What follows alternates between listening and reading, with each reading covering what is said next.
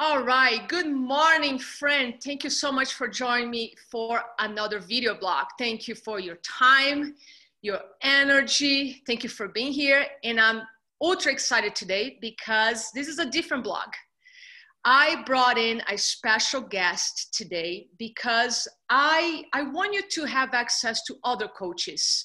You know, I love to share my wisdom, my guidance, and there are a lot of wonderful coaches out there really making an impact in our community, in the world, especially right now in this time of crisis. And I refuse to say the name of that thing. I'm just going to call crisis because I don't want us to identify with that thing, the COVID-19. That's what I mean. So I brought a guest, and our guest today is Nicole Oman. And Nicole is an intuitive life coach and a spiritual guide. She teaches practical spirituality, self-processing, and emotional intelligence. One of my favorite topics, actually. She owns an online community called the Golden Collective. The community is dedicated to doing their inner work to heal their mind, body, spirit, and soul. Now, of course, you know why she's here because you've been following my work and you know how much I am in training ourselves spiritually, mentally, emotionally, and physically. It's all about, you know, working that holistic fitness. And today we're going to dive in a little deeper into what I call spiritual fitness.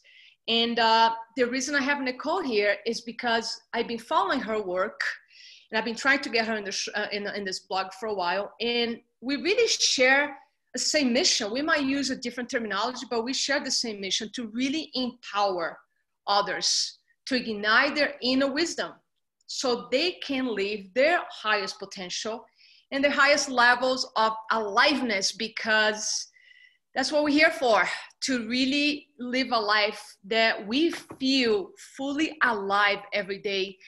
And we all have access to that. So I want Nicole here to share some of her wisdom with you and help you to ignite that energy within you. So hi, Nicole. Hi, thank you for having me. Thank you so much for taking the time. So I know we have about 30 to 40 minutes, so I'm gonna dive right into it. So Nicole, the first question I wanna ask you that I think our audience is gonna really enjoy is, number one, tell us what is going on. We're going through some major what I call acceleration, major shifting right now. And a lot of people are going with it. People who are doing this work are having a little less difficult going with this rapid shifts. And some people are really struggling. So talk to us about what is happening in with this crisis collectively and for us individually. Well, so I always do something called ceremony every week. And I do two ceremonies. I do a ceremony for myself to check in on how I'm doing, how I'm feeling. And during this time, I've been doing a ceremony for the collective, where I listen to my higher guidance and I get my own intuitive messages on what is going on. And what I have been connected to is this beautiful message that this is not happening to us, kind of what Tony Robbins talks about. Yes, love that. That we can really take this time and allow it to happen for us. Now, we've been watching in the political scope of things, some things that in a collective consciousness and also in an individual standpoint, we might not be very happy about. There's a lot of things in the medical field. There's a lot of things with oil and the way we're treating the environment that is not in alignment, that we aren't connected to the planet. We're not connected to our soul.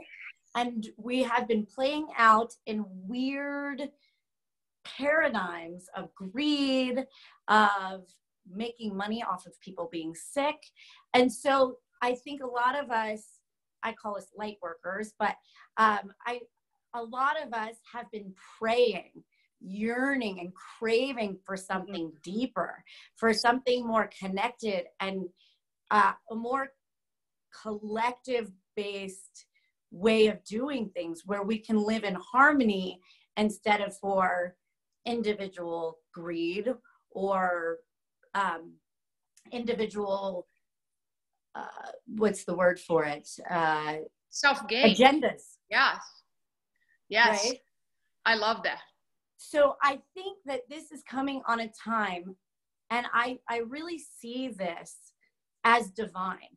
I know that sounds crazy. I see this actually with this state of intelligence to it. There's a state of compassion, because if you think about it, if you really think about it, the elderly group would literally feel like they would sacrifice themselves for the betterment of their children. Every mother would sacrifice themselves for their child.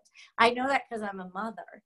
And the grandmother, so I see this as the grandmother. I see this really, because I've really connected to Divine Mother. I lived in an ashram with a woman named Amma, who is the Divine Mother. I've done plant medicine in Peru. That's ayahuasca. That's the grandmother. And I know that spirit so deeply based in my heart. And I could see the grandmother so deeply in this. If you look at plagues of the past, a lot of them go after children. A lot of them go after everybody. But this is very different. It's very, very different. And what I find is it is making us look at ourselves. We have to deal with not only our mortality, but we also have to deal with what's going on in the environment. They're saying that in LA, that the air has been clean for the last 4 weeks. It's like, hallelujah. And that the environment goes back to balance when we really learn how to live in alignment with it. Even in myself, I haven't been wasting as much food. I've been really connecting to the people that I love.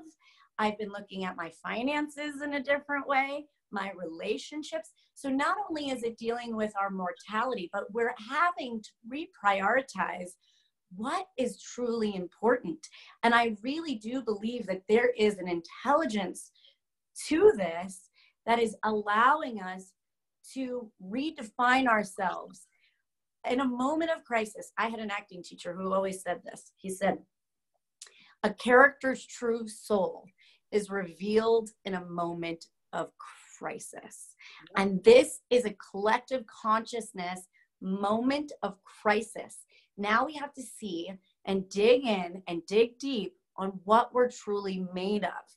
Can we recreate this because old structures are falling apart?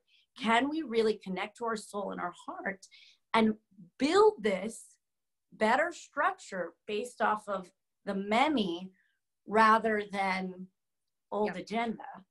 Oh, I love that. I love the connection you made with the grandmother. I haven't thought of that. And it's interesting because I see your excitement, enthusiasm talking about, and I think that can be so judged right now. Like I catch myself in so many moments of joy right now.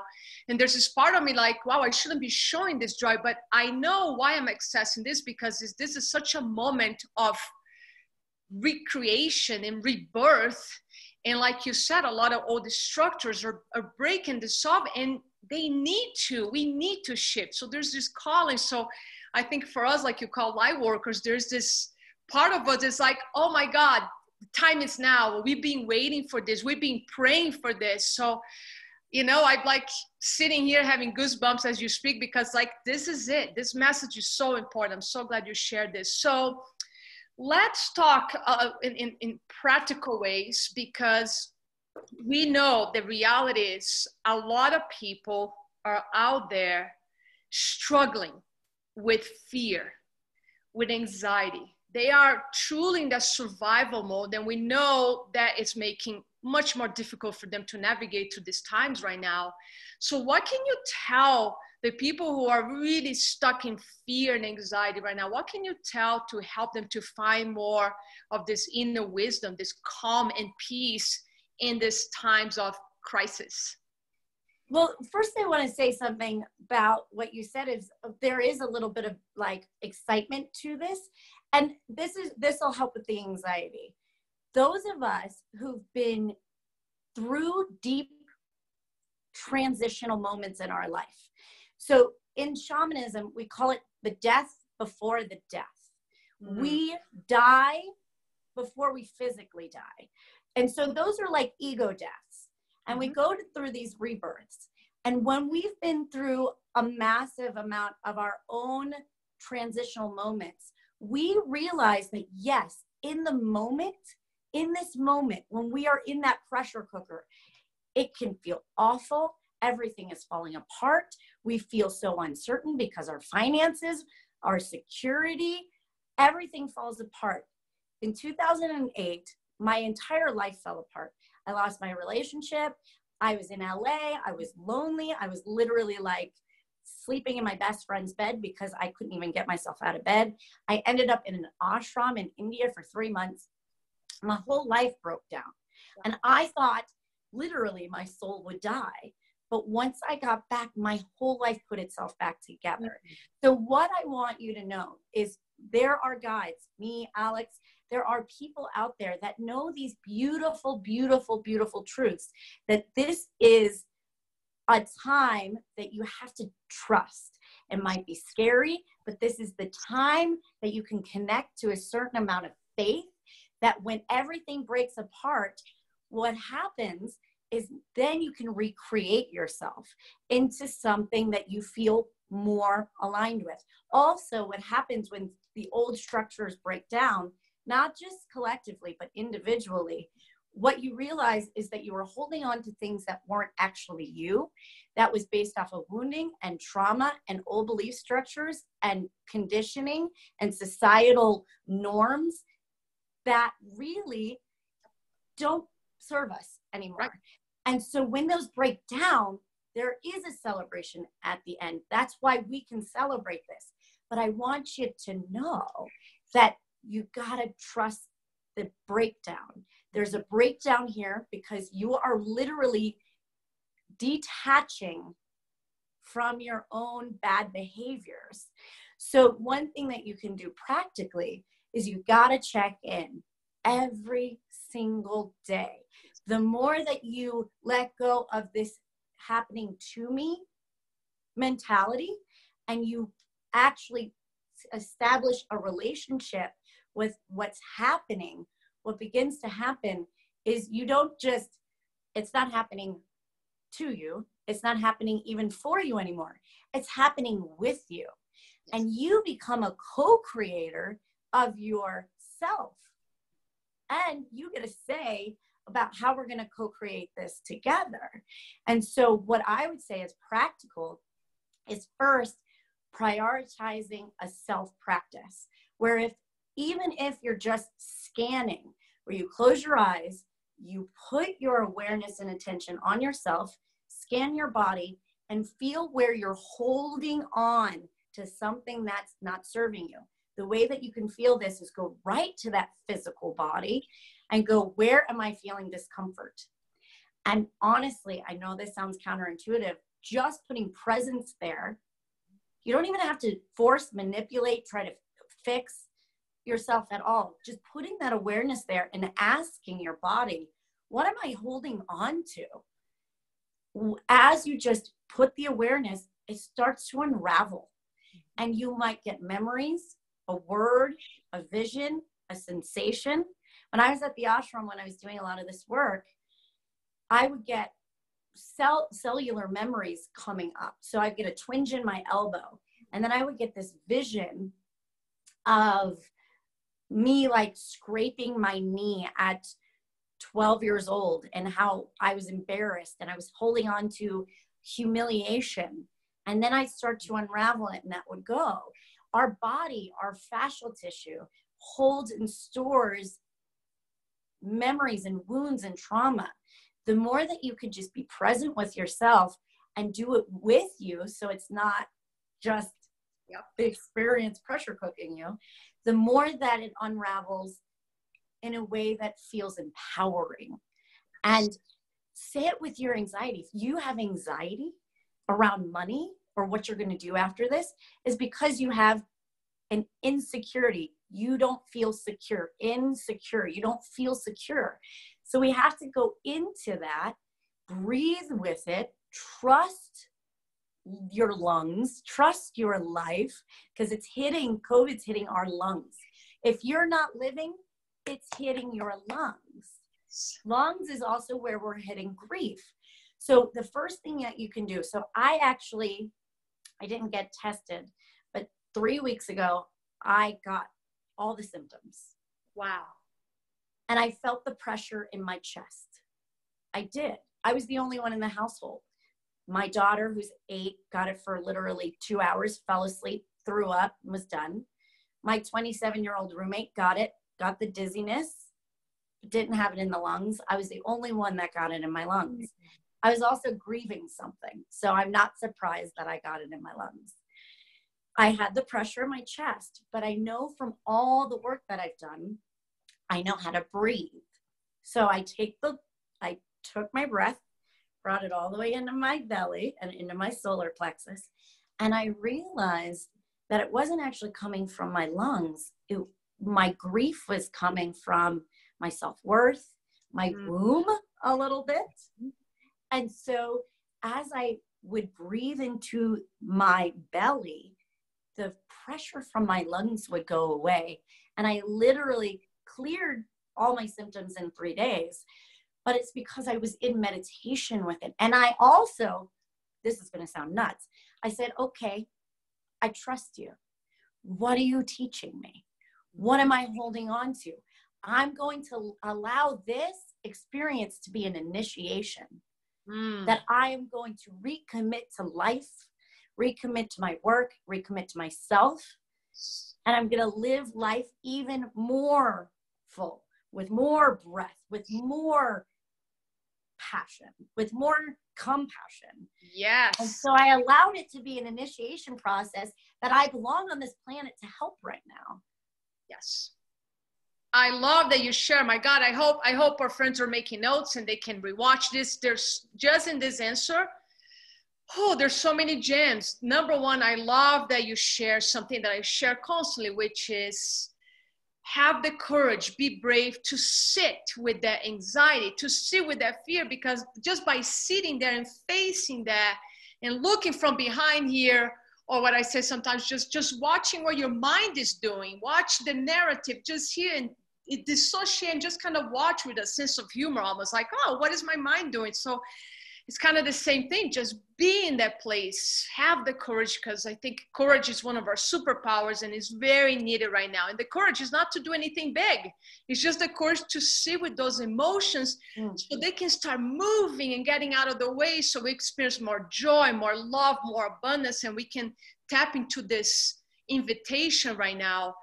And this piece that you share about, like, feeling the pain, where is the emotion sitting in your body, and just being there and using the pain as a teacher, because we know the pain is a teacher, right? And if we sit with it, it passes and it doesn't become lifetime suffering, because I think you agree with this. Suffering is optional. The pain is necessary. It teaches so much, but suffering is optional. And I think we suffer when we run away from that pain. And when we sit there and you start sitting there, you realize this is not so hard. It doesn't take that long. Like a lot of people, I think, have this false belief that doing this work is hard. It takes a long time. But once you start getting there and getting used to, you realize the gifts, that bliss that comes on the other side. So I love that. So when you speak about connecting with the higher self, right? I think for a lot of people who are just like in the beginning of this path of, like, we're all spiritual beings, but I believe some people maybe are taking this time to start developing more spiritual fitness. So for the beginners out there, how can you explain to them what this higher self really is? Somebody just start to take this journey. How do they access the higher self? So the first thing to know, and I'm kind of an interesting spiritual person, because I believe that there's two amazing beings working at the same time. You have the higher self and the lower self. I think the lower self kind of gets a bad rap. A lot of religious and the sinner, it's the lower self. But I think the lower self is amazing, because the lower self has to deal with everything that's happening on the planet. The lower self has to keep itself fed and do the dishes and pay the bills and watch the children and do all the things. And so there's a really beautiful being called the lower self. And it's this personality. It's who you are, who you came on to be in this particular lifetime. And this being is amazing. It is going through such initiation process just by being on this planet. But then there's another piece of you. And so the lower self is the mortal piece. It's the one that fears death. It's the one that has to go through these cycles. But there's this other piece, and it's called the higher self. And the higher self is the immortal piece of you. It's the piece that is knowing. It's the piece that doesn't go into good or bad or right or wrong or this is this and that is that. It's in that state of unconditional love at all times, in this state of neutrality. And it knows the wisdom of this experience, which is experience, which is going through experience, because it knows that it evolves the soul. It evolves the one mind, the collective consciousness, and it's connected to all things. In 2006, I had my first enlightenment experience. And when I had an enlightenment experience, the first thing that came into me, this idea came into me. It was the first time I heard my guides, if you will, this other being talking to me, this sentient voice that wasn't the personality, was something bigger than me, which I call the higher self, my higher self. And the phrase was, it is what it is. And in that moment, I really understood what that meant. And my brain stopped labeling, stopped preferring, and I got to this sense of amazing freedom. And that's what blew the doors open to my enlightenment experience, as I had complete freedom from the context of the mind, of compartmentalizing all my experiences and realizing that it was just kind of one big art project. It was one big creative process that I was going through. And all the things that have happened to me in my childhood wasn't good or bad. It just was. Wow. Because I needed to be that person. I needed to go through that. So I had a certain perspective to help other people. And not only that, to really develop my soul with understanding. I grew up in a household with domestic violence. And so right after that, I was able to unconditionally forgive my father, where I have, like, every time I talk to my dad, I really have a state of complete love. And when I realized, that freed me. So what I believe the higher self is the wisdom.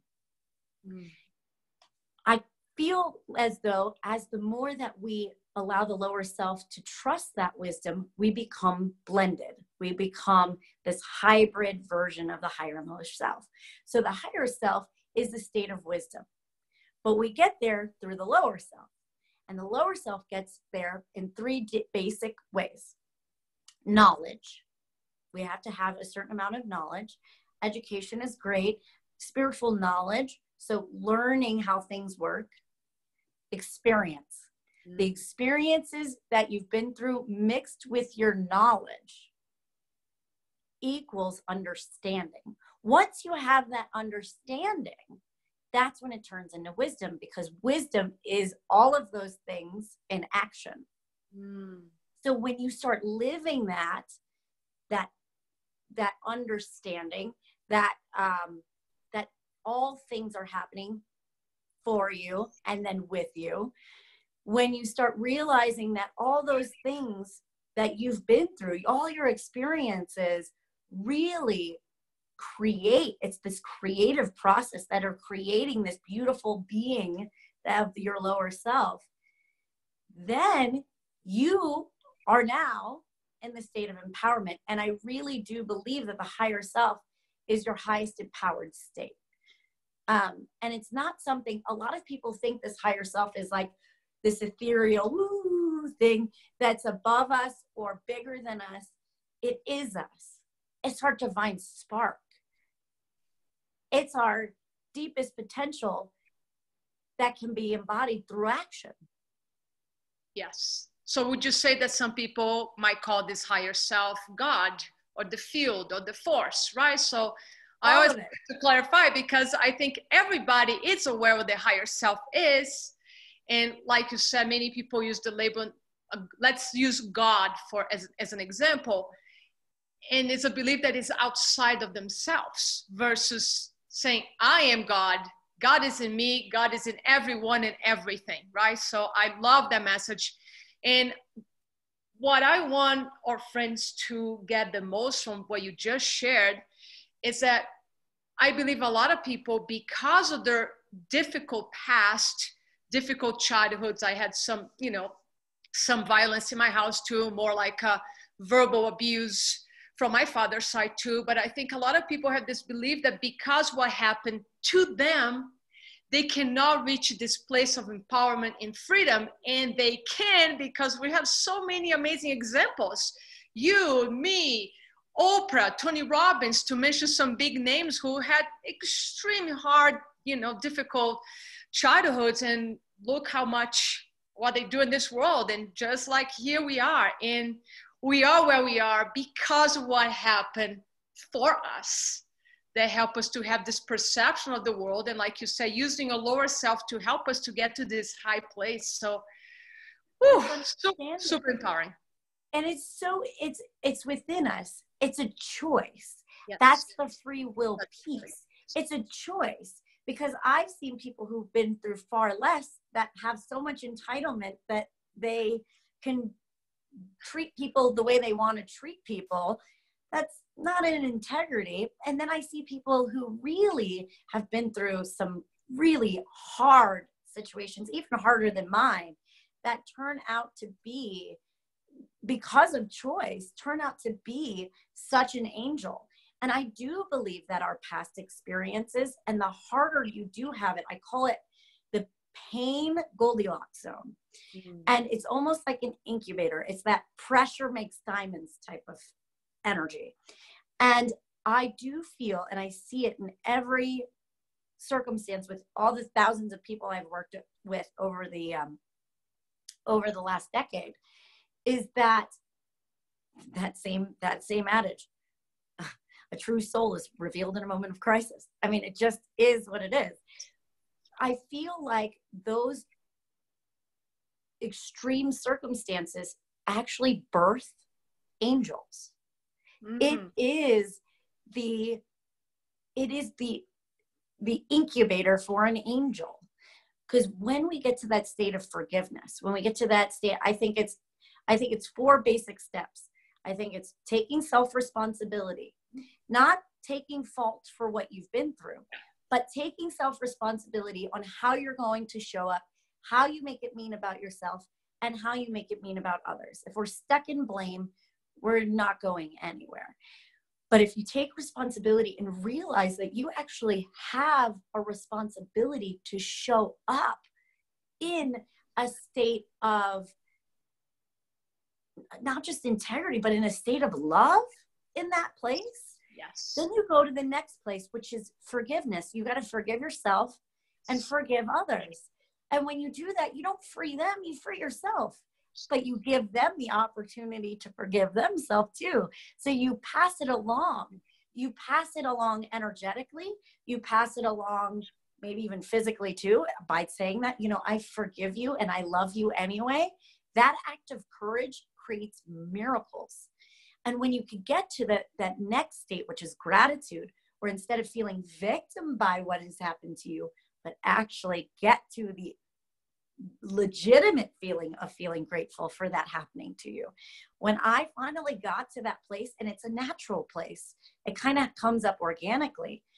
When I realized that I was extremely grateful for my father and my childhood, wow, and being in a shelter and all the things that I had to go through. And because when I was at that shelter at 12 years old, I had a vision that this is what needed to happen, that we needed places for people to go to heal. I got that at 12 years old. That was my dream at 12.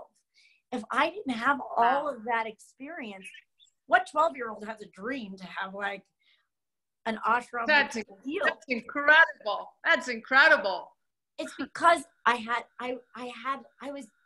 was given everything I need. I was given the right mother who showed me how to be good. I had the right father who showed me what not to do. I never got into drugs because of my father. I knew what my worth was because of both of them.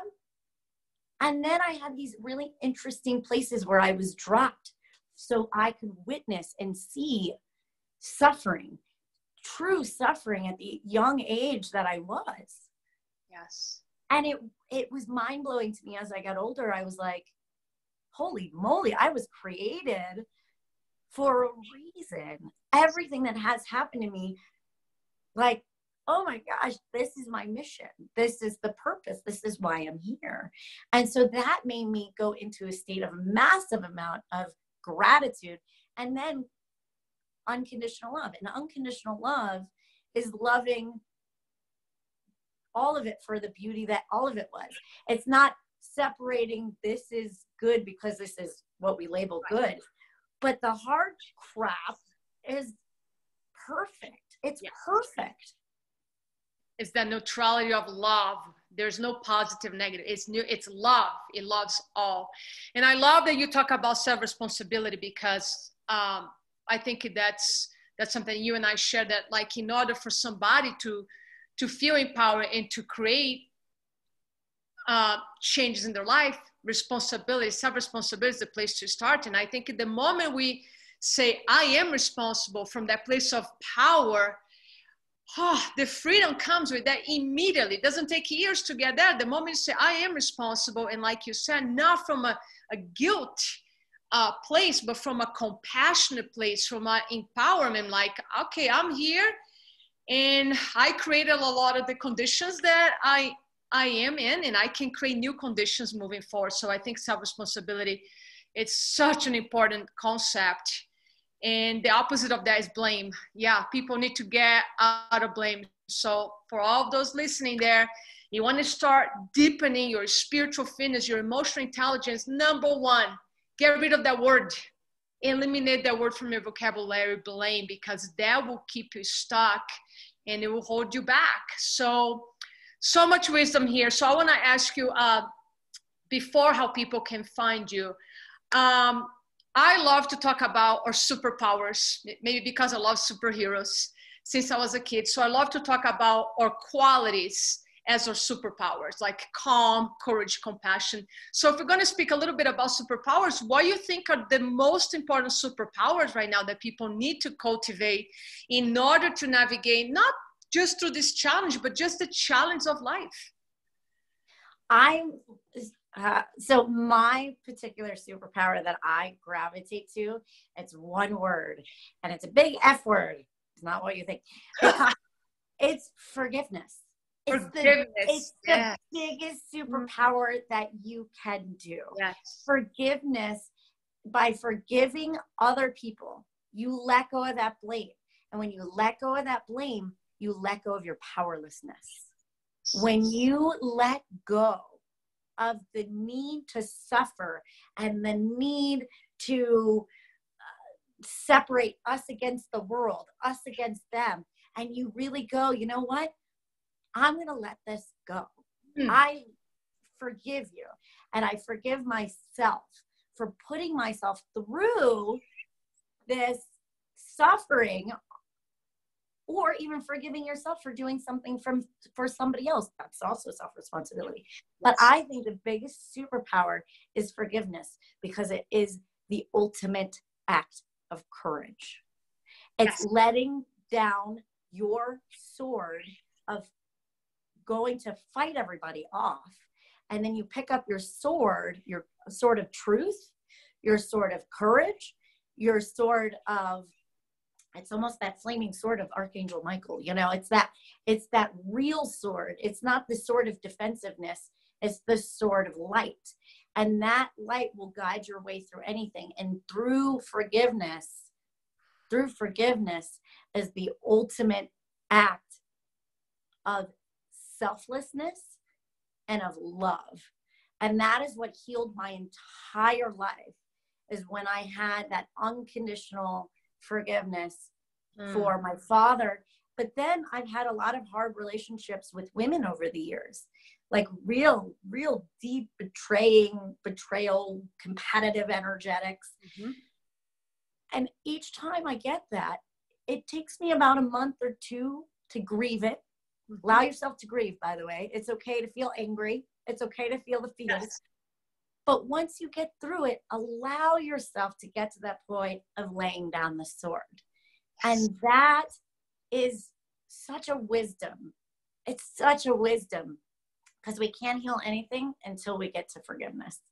Oh, I love that I asked that question, because I believe forgiveness is that true, like, gateway to experience so much love in our hearts. Because I think a lot of people still don't quite understand what love is. They use words, I love you, and they have their own definitions of love, but having an intellectual definition of love is so distant from feeling the love. Like, as you're speaking, I feel my heart just expanding. Like, my heart rate is even high because I'm excited, and my heart is just busting, and it's this feeling. So, thank you. I hope you all enjoying this and you save this video, because you have to go back there. This is a pure spiritual guidance, life coaching guidance from Nicole, and I hope you connect with her. So Nicole, tell us, what is the best way to connect with you, to have access to your guidance, to your videos, and tell us if you work with people individually as well. So tell us about your work. So in this time, I have a community. It's called the Golden Collective. I am going to be switching platforms in a minute, but that's okay. I still have my videos every day. I've been doing daily videos for 6 years. Which are awesome. I've been watching them. They're so great. And I give you guidance. I take a little bit of astrology. I take a little bit of guidance, and I see what's coming up, and I give practical ways of really navigating yourself through each day, through each obstacle, and through each challenge, and allowing that challenge to be something that can move us through our threshold. So it's at thegoldencollective.com. You can check out some videos on that page, and then I have a membership site.